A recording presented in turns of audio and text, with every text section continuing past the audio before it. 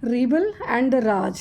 इस चैप्टर का एक और महत्वपूर्ण प्रश्न ये आता है कि उन तरीक़ों को बताइए जो ये साबित करते हैं कि विद्रोहियों में एकता थी, या एकता को बनाए रखने के लिए, यूनिटी को बनाए रखने के लिए क्या क्या कदम उठाया गया, क्या मतलब कि स्टेप्स क्या थे। तो सबसे पहला है कि प्रोक्लेमेशन वेयर इशूड। प्रोक्लेमेशन का मतलब होता है घोषणाएं। ये घोषणाएं किन्होंने किया? तो मुस्लिम राजकुमारों के द्वारा या नवाबों के द्वारा ये घोषणाएं की गई। It was issued by Muslim princes और nawabs with keeping care of sentiments of Hindu. चूँकि बेटा मुस्लिम जो राजा थे या राजकुमार थे, उन्होंने एकता को बनाए रखने का अपील किया, घोषणा किया, तो इसमें उन्होंने हिंदू लोगों के सेंटिमेंट्स को ध्यान में रखा कि घोषणा करते समय मतलब उन लोगों को तकलीफ़ ना हो। दूसरी बात हो जाएगी कि इश्तिहार। इश्तिहार मतलब समझते हैं ना, इश्तिहार जो होता है जिसमें कि इन लोगों ने जो है ना ये साबित करने का कोशिश किया कि हिंदू और मुस्लिम जो है ना वो एक है, और वो पहले से, अंग्रेज़ों के आने के पहले से भी जो है ना वो एक थे। मुग़ल एम्पायर में इन लोगों के बीच में बहुत ज़्यादा एकता थी। ठीक है, जैसा कि आप देख रहे हैं कि इश्तिहार छापा गया जिसमें अंग्रेज़ों के आने के पहले के हिंदू मुस्लिम के संबंधों को, मुग़ल शासन काल में कैसे इनके अच्छे संबंध थे, उसको जो है दर्शाने की कोशिश किया गया। मतलब इश्तिहार के माध्यम से अंग्रेज़ों के मध्य ये साबित करने का कोशिश किया गया कि हम लोग हिंदू और मुस्लिम एक हैं। तीसरा पॉइंट है कि joining of fights under the standard of Mahavir and Mohammed. Mohammed Islam धर्म के गुरु हो गए और महावीर हमारे जैन धर्म के।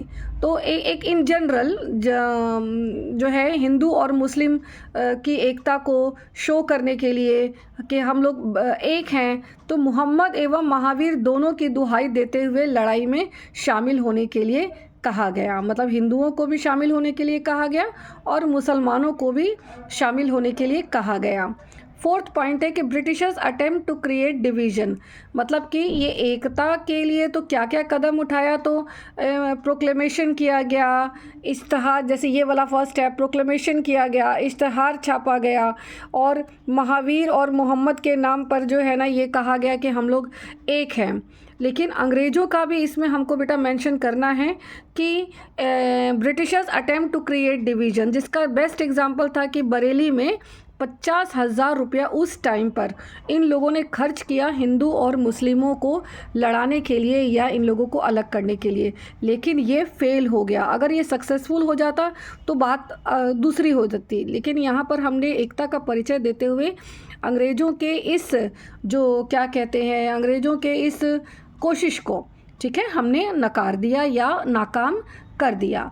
फिफ्थ पॉइंट है कि appeal to all section of population irrespective of their caste and creed.